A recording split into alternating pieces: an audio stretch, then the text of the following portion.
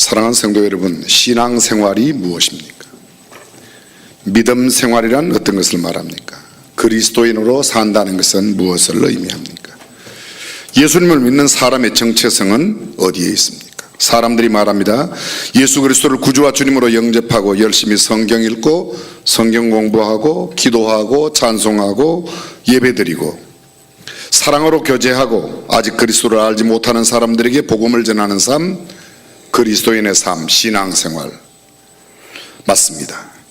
그래서 그리스도인의 삶을 최선의 삶이라고 말하고 기도의 삶이라고 전도하는 삶이라고 베풀고 나누는 삶이라고 하나님을 경험하는 삶이라고 균형 잡힌 삶이라고 새벽을 깨우는 삶, 부지런한 삶, 희생하는 삶, 순종하는 삶, 드리는 삶 맞습니다. 다 옳은 말씀입니다. 근데 너무 복잡하고 다양하지 않습니까? 예수 믿는다는 것을 딱 한마디로 줄이면 뭐라고 표현하면 좋을까요? 만약 여러분께서 제게 예수 믿는 게 뭐냐고 물으신다면 저는 이렇게 대답하고 싶어요. 예수님을 닮아가는 게 신앙생활이라고. 단 한마디로 예담삼 그렇습니다. 결국 성숙한 신앙생활, 그리스도인의 삶은 우리가 얼마나 예수 그리스도를 닮은 삶을 사느냐에 달려있다고 해도 결코 지나친 말이 아닐 겁니다. 우리의 말과 생각과 태도와 행동에서 사람들이 예수님의 모습을 볼 수 있어야 한다, 그런 말입니다. 그러면 신앙생활하는 겁니다. 그 사람 예수 믿는 사람입니다. 근데 내 말과 행동, 언어와 모든 태도 가운데서 전혀 예수님을 느끼지 못한다면 나는 명목상 그리스도인일 뿐 실제 그리스도인의 삶을 살고 있는 것이 아니란 겁니다. 우선 예수님을 만나야 할 겁니다. 예수님을 시인하고 인정하고 영접하여 내 인생의 주인으로 모셔드리고 내 모든 삶을 그분께 맡기고 의지하며 살아가는 삶, 불법과 불의와 불선과 불신 이 모든 죄를 회개하고 예수 그리스도를 구주와 주님으로 받아들이고 내 모든 삶을 온전히 주님께 맡기고 내 가치관, 세계관, 내 미래, 내 모든 염려, 걱정, 문제까지 다 주님 앞에 맡기며 살아가는 삶, 그것이 신앙생활입니다. 예수님께는 전혀 찾을 수 없는 것이지만 내 안에 가득한 것, 이를테면 불법과 불의와 불선과 미움과 시기와 질투, 거짓, 불평, 불만, 게으름, 나태, 교만, 오만, 불손, 남들을 무시하고 경히 여기는 것, 멸시하고 천대하며 이기적인 욕심을 부리는 것, 비웃고 욕하는 모든 것들을 회개하고 자백하며 비워내는 것, 그것이 예수 믿는 삶의 출발입니다. 음행과 호색과 술수와 원수 맺는 것, 분쟁과 불리함과 투기와 술취함, 방탕, 우상 숭배에서 돌이키는 것, 그것이 그리스도인입니다. 만약 예수 믿느라고 말하며 이것을 계속 유지한다면 그것은 예수 믿는 삶은 아직 시작한 것이 아닙니다. 다시 말씀드립니다. 예수님께는 찾을 수 없는 것, 내게 가득한 것을 비워내고 그 다음 그 빈 내 마음속에 내 생각과 내 영혼 가운데 예수님께는 충만한데 내게 없었던 것을 채워넣는 것입니다. 사랑과 희락과 화평과 오래 참음과 자비와 양성과 충성과 온유와 절제, 감사하는 마음, 배려심, 섬김, 나눔, 이해, 용서, 부지런함, 정직함, 순수와 용기와 담대함, 예수님이 사셨던 삶의 여러 가지, 예수님의 성품의 여러 가지를 내 안에 담아 나도 그렇게 살아가는 삶, 그것이 바로 그리스도인의 삶입니다. 비워내고 빈집으로 두는 것은 위험합니다. 빈집으로 그냥 두면 먼저 나갔던 것이 더 악한 것을 데리고 들어온다고 성경은 경고하고 있습니다. 그러므로 비워낸 뒤에는 예수 그리스도의 충만한 것들로, 성령의 충만한 것들로, 하나님의 말씀의 진귀한 보석들로 우리를 가득 채워넣고 그 가득 채운 것을 삶에 나타낼 때 신앙생활이 시작되는 겁니다. 신앙생활 오래 한 것, 연조 중요합니다. 예수 그리스도를 믿은 지 10년, 20년, 30년 혹은 일생을 믿음으로 산다는 것, 그건 얼마나 대단한지 모릅니다. 도중에 포기하고 곁길로 가는 사람들이 많기 때문입니다. 이단에 미혹되어 빠지는 이들도 있습니다. 이런 면에서 볼 때 그가 예수 믿기 시작해서 20년, 30년 또는 50년, 60년, 70년 이렇게 예수님을 오랫동안 믿는다는 것은 얼마나 귀하고 복되고 특권인지 모르겠습니다. 그러나 이 특권보다 더 소중한 게 있습니다. 내가 그동안 예수님을 믿고 나서 살아온 그 기간 동안에 예수님의 모습을 얼마나 닮았는가 하는 겁니다. 내 언어와 태도, 행동이 얼마만큼 예수님과 비슷한가 하는 겁니다. 목사된 지 30년, 장로된 지 50년, 권사된 지 40년, 집사된 지 20년 다 좋습니다. 교회 다닌 지 50년, 60년 다 귀합니다. 너무 귀합니다. 그러나 여러분, 예수님을 많이 닮지 않았다면 나의 그 연조는 그렇게 크게 자랑할 만한 것이 아닙니다. 예수님을 많이 닮았습니까? 아니면 마귀를 많이 닮았습니까? 좀 구체적으로 설명해 볼까요? 성경적인 언어와 행동을 하고 있습니까? 아니면 세상적인 언어와 행동을 그대로 하고 있습니까? 영적 가치를 소중하게 여기고 영혼을 중요시 여깁니까? 아니면 물질과 세상의 권력과 명예와 부귀를 더 소중하게 여깁니까? 예수께서 나를 알아주시는가를 생각합니까? 세상 사람들이 나를 알아주시는가를 생각합니까? 예수님께서 내 삶에 책망하는 것에 민감합니까? 아니면 사람들이 나를 무시하고 판단하는 것에 대해서 민감합니까? 우리는 귀에 거슬리는 이야기를 들으면 곧 참지 못합니다. 금방 얼굴색이 변하고 금방 입에서 아주 창조적인 언어로서 막 욕을 해댑니다. 근데 하나님께서 슬퍼하시고 하나님께서 기뻐하시는 일이 어떤 것인가를 구분하며 거기에 민감한 센스를 갖고 대응하는 사람, 그 사람은 그리스도인입니다. 그러나 세상에 대해서 사람들이 나를 뭐라고 하느냐에 대해서 너무 민감한 반응을 보인다. 그것은 아직도 나는 그리스도인의 삶에서는 좀 멀어 있다고 말할 수 있습니다. 다른 말로 표현해 볼까요? 내가 죽은 뒤 후대의 사람들이 나를 무엇이라고 평가하며 주님이 나를 어떻게 평가하실까를 생각하며 살아갑니까? 아니면 살아있는 동안에 내가 어떤 명패를 달고 내 명함에 무엇을 쓸까에 대해서만 신경을 많이 쓰고 있습니까? 영원한 것에 관심이 많습니까? 세상에 없어질 것 유한한 것에 관심이 많습니까? 영혼 구원을 소중하게 여깁니까? 아니면 출세와 돈 버는 것을 소중히 여깁니까? 하나님의 영광을 소중히 여기며 주님의 이름을 위하여 영광스럽게 살아갑니까? 아니면 나의 영광, 내 이름을 위하여 살아갑니까? 주는 것을 좋아합니까? 받는 것을 좋아합니까? 그리스도인의 삶은 여기에서 나누어지는 것입니다. 교회 내에서 예배 드릴 때 믿는 사람들끼리 모여서 찬양하며 기도할 때 그때는 잘 구분할 수 없습니다. 어떤 사람이 정말 그리스도인인지. 지금은 다 똑같지 않습니까? 여기 안에서 똑같이 찬양하고 똑같이 기도하고 헌금 시간에 똑같이 다 헌금하고 구분할 수 없습니다. 그런데 인생의 어려운 일을 겪을 때, 내가 공격받을 때 내가 성숙한 사람인가 아닌가를 어쩌면 알 수 있다고요? 찔러보면 안다고 그러지 않습니까? 찔러보면, 찔림을 당할 때 아는 겁니다. 내가 기분이 상할 때, 남들이 내가 듣기 싫어하는 소리를 할 때 내가 어떤 반응을 보이는가가 나의 정체성을 이야기하는 겁니다. 일반적으로 예배 드릴 때는 함께 찬송하고 기도하고 헌금하고 설교 듣고 아멘 합니다. 눈물 흘립니다. 감동받습니다. 다 축도받고 같이 나갑니다. 그래서 별로 알아볼 수 없습니다. 다시 한번 여쭤볼까요? 집에서는 어떻습니까? 내 남편은 나를 뭐라고 말하고 내 아내는 나를 어떻게 평가하고 있습니까? 나의 자녀들은 나를 어떤 사람으로 이해하고 있으며 우리 부모님은 나를 어떤 사람으로 평가하고 있는가? 직장의 상사나 부하 직원들이 나를 어떤 사람이라고 말하는가? 동료와 주변 이웃들이 나를 누구 닮았다고 말하는가? 당신은 앞만 봐도 예수님 닮은 같아요. 이래야지 되는데 당신은 앞만 봐도 마귀 닮은 같아. 아니, 정직하게 한번 스스로를 이야기해 보십시오. 제가 지금 말씀드린 것은 당신이 교회를 몇 년 동안 다녔느냐, 당신이 교회의 직분, 목사 된 지 몇 년 되었는가, 장로 권사 된 지 몇 년 되었는가, 그런 걸 묻는 게 아닙니다. 내가 얼마나 주님을 닮은 모습을 내 삶의 현장에 나타내고 있는가 하는 겁니다. 사람들이 나를 보고 당신은 아무래도 예수 믿는 사람 같아요. 맞죠? 교회 나가죠? 뭐 이렇게 물어야 되는 것 아닙니까? 여러분들은 너무 정직하세요. 아멘을 안 하세요. 그죠? 그렇게 물어봐요? 당신 보니까 아무래도 교회 나가는 사람 같아. 예수 믿는 사람 같아. 그렇죠? 이래 돼야지 되는데. 앞만 봐도 너한테는 교회 냄새 안 난다야.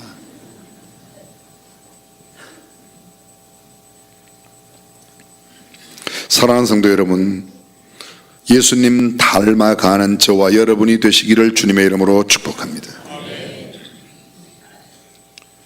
예수님 닮았다고 우리 주변의 사람들이 이야기하고, 혹시 장로님 아니세요?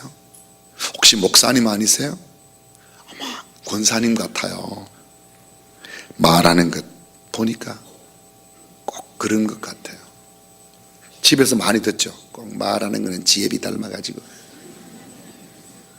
너는 어쩌면 그렇게 니에미하고 똑같냐, 그런 말 대신에 예, 너는 꼭 예수님 닮은 것 같다.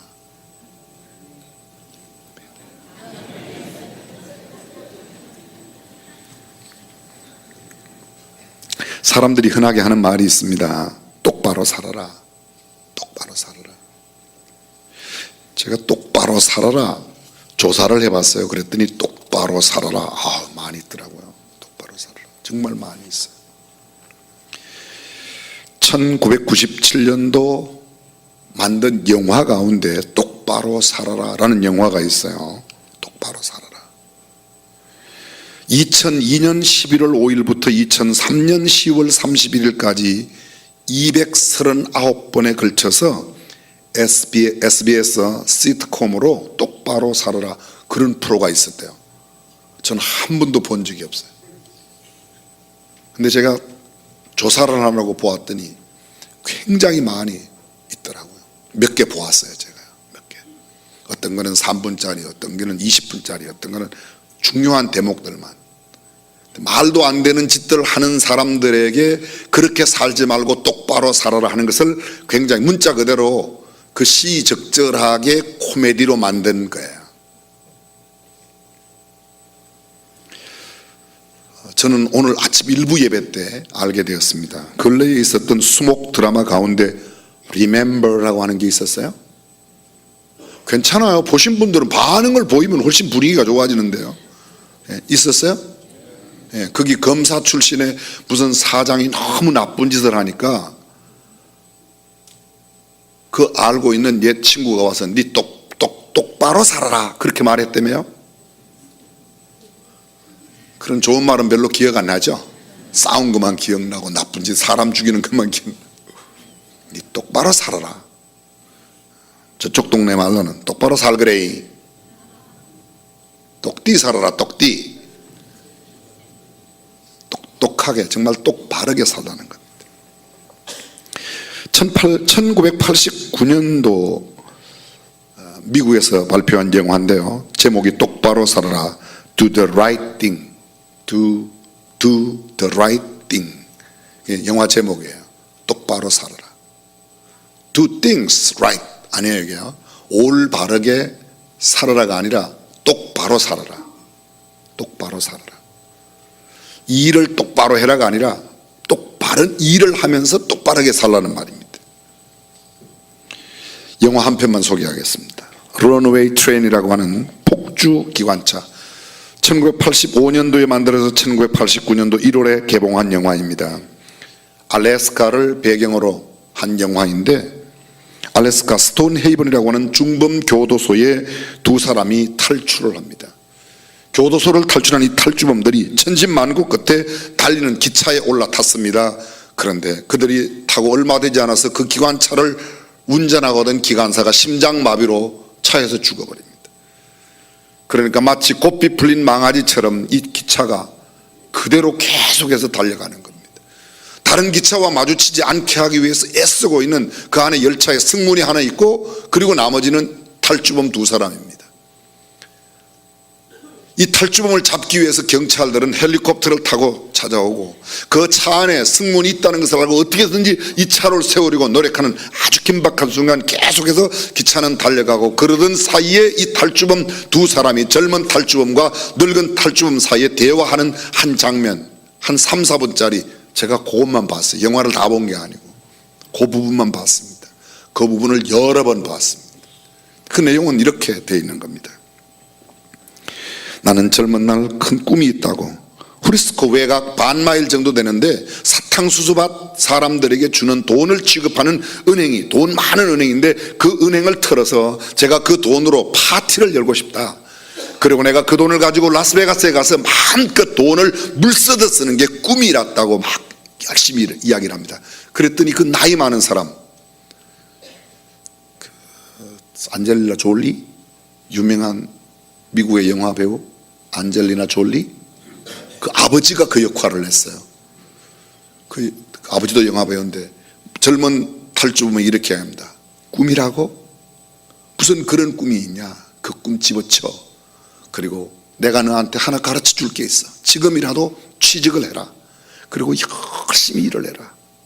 어쩌면 접시를 닦고 어쩌면 화장실 청소를 하는 그런 일일지 모르겠다. 네가 열심히 닦으면 저녁에 주인이 와서 이것을 그릇 닦은 것이냐고, 여기 잘못됐으니까 다시 닦으라고 이야기할 거다. 너는 기분이 매우 상해서 그 얼굴을 쳐다보지 못할 거야. 바닥만 보고 있을 거야. 만약 얼굴을 쳐다보면 너는 또 그 주인을 죽일 테니까.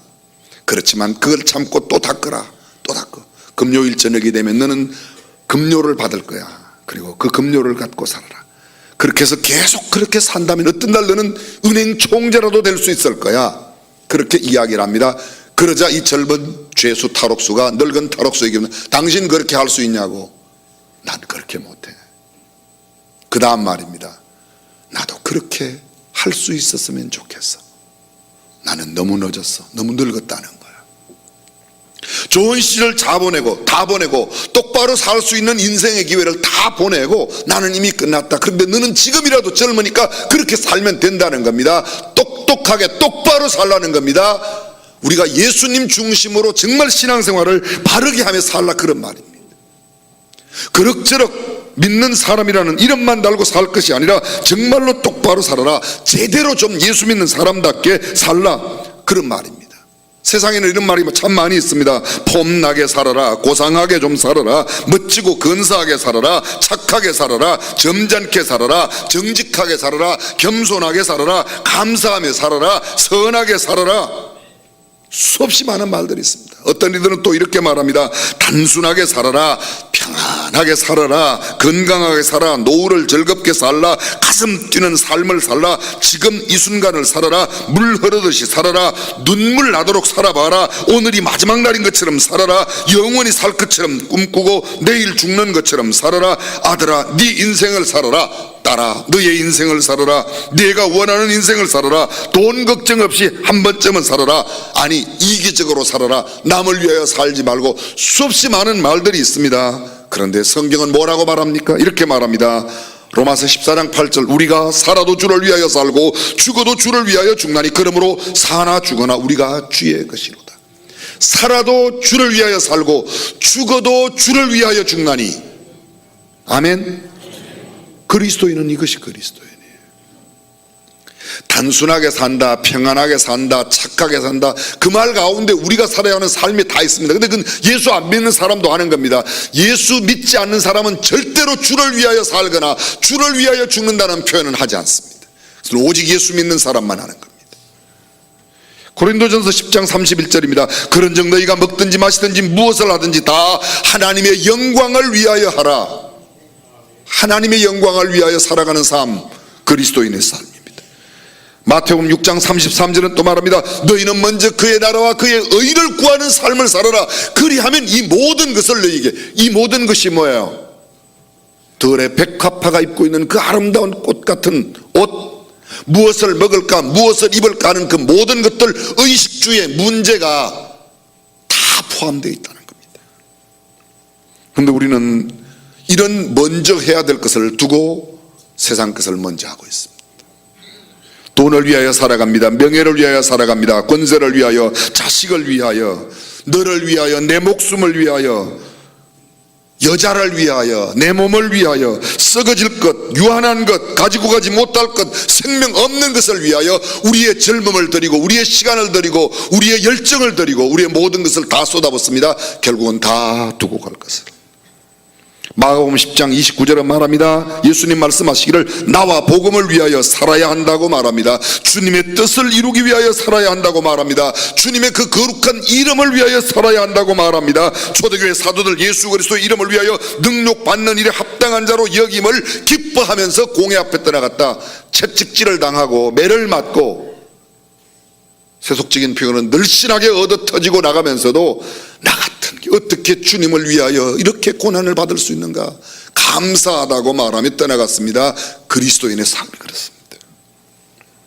성경은 또 우리에게 말합니다. 주님 안에 살라고 말합니다. 어려운 이웃을 위하여 살라고 말합니다. 의를 위하여 핍박받는 자의 삶을 살아야 복이 있다고, 그리해야 천국이 너희의 것이 된다고 말합니다. 나만을 위하여 살지 말고 남을 위하여 살아가는 삶이 그리스도인의 삶이라고 말합니다. 성경을 보십시오. 노아는 여호와를 위하여 단을 쌓고 번제를 드렸습니다. 아브라함은 여호와를 위하여 단을 쌓고 여호와의 이름을 불렀습니다. 너희가 하나님을 위하여, 주를 위하여, 하나님의 백성을 위하여, 하나님의 거룩한 이름을 위하여 헐벗고 굶주리고 있는 이웃 사람들을 위하여 살아가는 삶, 그것이 그리스도인의 삶이라고 성경은 말하고 있습니다. 사랑하는 성도 여러분, 과연 그 교회 성도라고 일컬어진 우리 모두가 어떻게 삶을 살아야 할까? 우리는 도대체 무엇을 위하여 살아야 하고 누구를 위하여 살아가는가? 우리의 삶의 중심이 누구여야 할까? 우리의 삶의 목적이 무엇이며 궁극적인 목표는 어떤 것에 두어야 할까? 우리는 도대체 무엇을 최고로 생각하며 내 삶에 가장 우선적으로 살아가야 할 것, 가장 먼저 우선적으로 두어야 할 것이 무엇입니까? Jesus first. 예수님을 제일. first가 뭐예요? first가 첫 번째. 여러분은 무엇을 첫 번째로 생각하십니까? 건강을, 돈을, 아니면 여자를, 명예를? 요사이 선거철이 다가오니까요, 일부의 사람들이, 애국심에서 저는 그렇다고 생각하지만, 그냥 금배지 달고 여의도 가겠다고 얼마나 애를 쓰는지, 이렇게 보면 진짜 애처로워요. 애처로워요. 야, 그게 굉장히 좋기는 좋은가 봐요.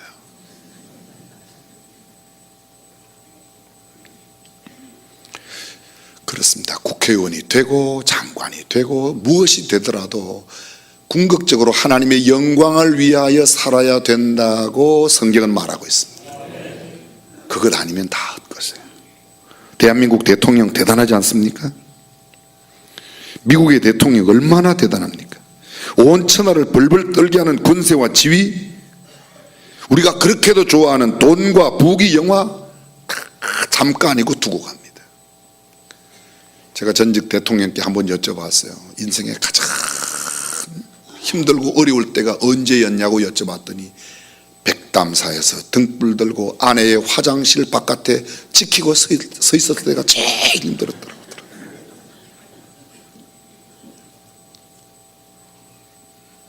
제일 힘들었대요. 그분 말만 하면 날아가던 새도 떨어지던 그런 힘 가지고 있던 분이에요. 여러분, 대통령을 지내고 나서 얼마나 힘들고 어려우면 부엉이 바위에서 뛰어내렸겠어요. 스스로 목숨을 끊어야 했던. 대통령을 지난 힘 가지고도 그건 이길 수가 없나 봐요. 미국 레이건 대통령 대단하죠? 근데 그분이 자기가 대통령이었다는 것도 모르고 알츠하이머, 치매로 살다가 세상 떠났어요. 작년 11월 26일 전국 환송 예배 드리고 떠나가신 김영삼 대통령, 전 대통령, 영광은 잠깐이요 고민은 길다고 말씀하지 않았습니까? 죄송합니다. 고유명사를 말씀드려서 롯데, 요새 보십시오. 롯데 아버지하고 아들하고 큰아들하고 작은아들하고 뭐하는 짓이에요? 저는 참 우리 아버지가 롯데 회장 아닌 것이 얼마나 감사한지 모르겠어요. 제가 본래 꿈은 원래 재벌 2세였는데 우리 아버지가 재벌이 아니기 때문에 제 꿈을 그냥 틀려버렸어요. 여러분도 그런 사람 많죠? 네. 원래 꿈은 재벌 2세였는데 우리 아버지가 재벌이 아니기 때문에 2세 꿈은 틀린 거예요. 그죠? 근데 요 사이 보면 절대로 그냥 비웃는 거라고 생각하지 마세요, 여러분. 많은 돈이 우리를 행복하게 만드는 게 아닙니다. 성경은 오늘 먹고 살 것 있고 사랑하며 나누고 섬길 수 있다면 그것이 행복이라고 말합니다. 오늘 하나님을 마음 놓고 예배하고 화목하게 살 수 있다면 그게 행복이라고 말합니다. 참된 평안 예수 그리스도 안에 있습니다. 내가 너희에게 주는 평안은 세상이 주는 것과 다르다. 세상은 줄 수 없는 평안을 너희에게 준다. 돈이, 명예와 권세가, 물질이 줄 수 없는 평안을 우리 주님이 주시는 줄로 믿습니다. 그러므로 내 삶의 중심에는 예수 그리스도가 있어야 합니다. 그분이 내 삶의 모든 삶의 첫 번째가 되어야 할 줄로 믿습니다. 오늘 성경 다시 한번 가보십시오. 요한복음 12장, 제가 잠깐 배경을 말씀드릴게요. 예수님께서 이 땅에 보내셨던 마지막 유월절 엿새 전에, 지금 현재 고난주간의 목요일 날이 유월절을 지키는 날이에요. 그럼 그로부터 엿새 전이니까 고난주간 전 금요일, 이제 막 안식일이 다가오는 그때예요. 금요일이 지나면, 금요일 해가 지면 안식일이 다가오는 겁니다. 그때 예수님께서 베다니에 있는 나사로, 마리아, 마르다 세 남매가 살고 있는, 삼남매가 살고 있는 집으로 가시게 됩니다. 유대인의 큰 무리가 예수께서 거기 베다니 나사로의 집에 있다는 것을 듣고 그곳으로 갑니다. 그런데 대제사장들이 나사로까지 죽이려고 그곳에 몰려옵니다. 예수님을 찾아가는 일단의 무리가 있는가 하면 수많은 사람들이 나사로의 살아난 일들로 인해서 예수를 믿게 되는 그런 결과로 예수님을 찾는 사람이 있는가 하면 대제사장, 요 사이로 말하면 보통 사람들이 아니에요. 다 목사들이에요. 보통 목사가 아니에요.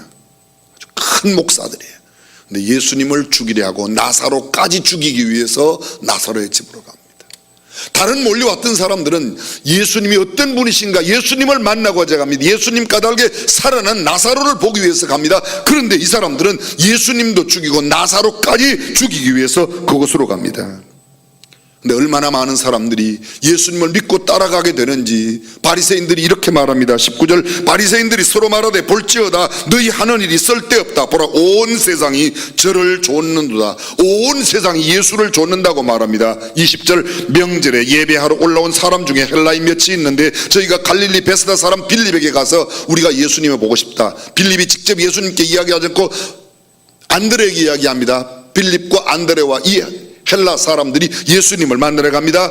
예수님 찾아갈 때 예수님께서 이제 드디어 인자가 영광을 얻어야 할 때가 왔다고 말씀하십니다. 그리고 하는 말씀, 우리가 잘 알고 있는 말씀입니다. 오늘 본문 바로 전전에 나오는 요한복음 12장 24절 말씀, 한 알의 밀이 땅에 떨어져 죽지 않으면 하늘 그대로 있고 죽으면 많은 열매를, 내가 진실로 너희에게 이르노니 한 알의 밀이 그대로 있으면, 썩어서 죽지 않으면 그대로 있고 만약 땅에 떨어져 죽으면 많은 열매를 맺는다. 자기 생명을 사랑하는 자는 잃어버릴 것이요 이 세상에서 자기 생명을 미워하는 자는 영생하도록 보존하리라. 사람이 나를 섬기려면 나를 따르라. 사람이 나를 섬기려면, 예수님 말씀하세요. 나를 따르고자 하는 사람은 누구든지 나를 따라야만 한다. 나를 섬기려고 하면 나를 따라야만 한다. 나 있는 곳에 그도 나와 함께 섬기는 그 자리에 있어야 된다고 말합니다. 그렇게 나를 섬기며 나와 함께 하는 자, 하나님께서 그를 귀하게 여기신다고 말하고 있습니다.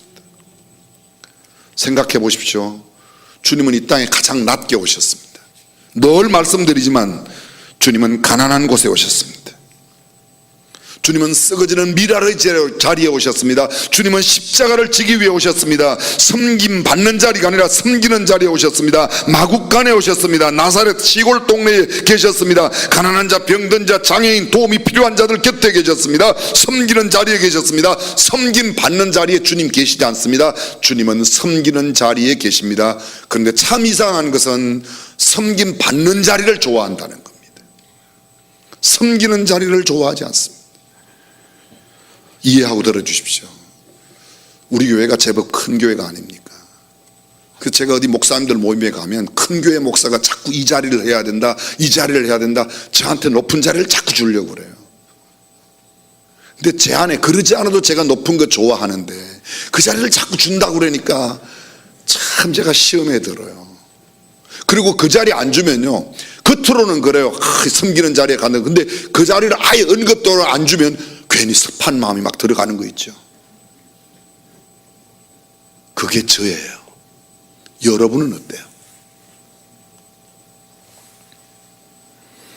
십자가에 죽으시는 자리, 비난받고 조롱받는 그 자리, 채찍질 당하는 그 자리, 십자가를 지고 골고다를 걸어가는 그 자리에 우리 주님이 계십니다. 낮은 자리에 주님은 계셨습니다. 주님 말씀하세요. 나를 따르려면 그곳으로 가야 한다. 마국간으로 가야 한다고. 섬기는 자리로 가고, 병든 자가 있는 그 자리로, 가난한 자리로, 헐벗고 냄새나는 그 자리로 가야 된다고 자주 말씀드리지만, 내 발바닥에 말똥무칠 각오를 하고 마국간으로 내려가야 거기 예수님이 계신데, 우리는 탄탄대도를 좋아하고 화려한 곳을 좋아하고 높은 곳을 좋아합니다. 권세 있는 자리, 대접받는 자리, 명예의 자리, 부유한 자리를 좋아합니다. 성경은 우리에게 이렇게 말합니다. 나를 따르려면, 나를 섬기려면 나를 따르는 자가 되고, 내가 있는 그 자리에 너희가 함께 그리하면 하나님께서 너를 귀하게 여기시리라. 사랑하는 성도 여러분, 하나님께서 우리를 존귀히 여겨주시기를 원하십니까? 그러면 섬김의 자리로 가야 합니다. 예수님 중심으로 살아야 합니다. 내 삶의 가장 우선순위, 당신의 삶의 가장 소중한 것이 뭡니까? 당신의 첫 번째 보물이 무엇입니까? 당신에게 가장 우선되는 게 뭡니까? 당신이 가장 중심으로 삼고 있는 게 뭡니까? 우리는 한결같이 예수님이라고 말할 수 있어야 됩니다. 그러면 세상을 이길 수 있습니다. 그러나 만약에 세상 것을 먼저 한다면 아무것도 아닙니다. 자, 이제 한번 보십시오. 우리 어린아이들이 예수님 중심의 삶을 무엇라고 이야기하는지 화면을 보십시오.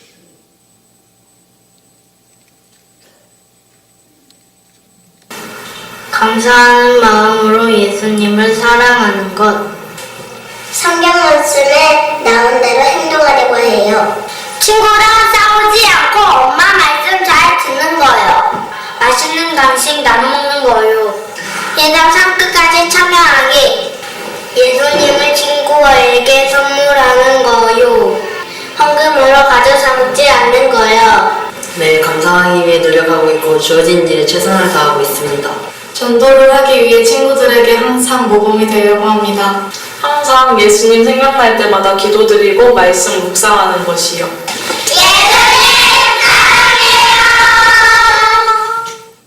어른이 되면요, 때가 묻어가지고 저런 이야기를 안 해요.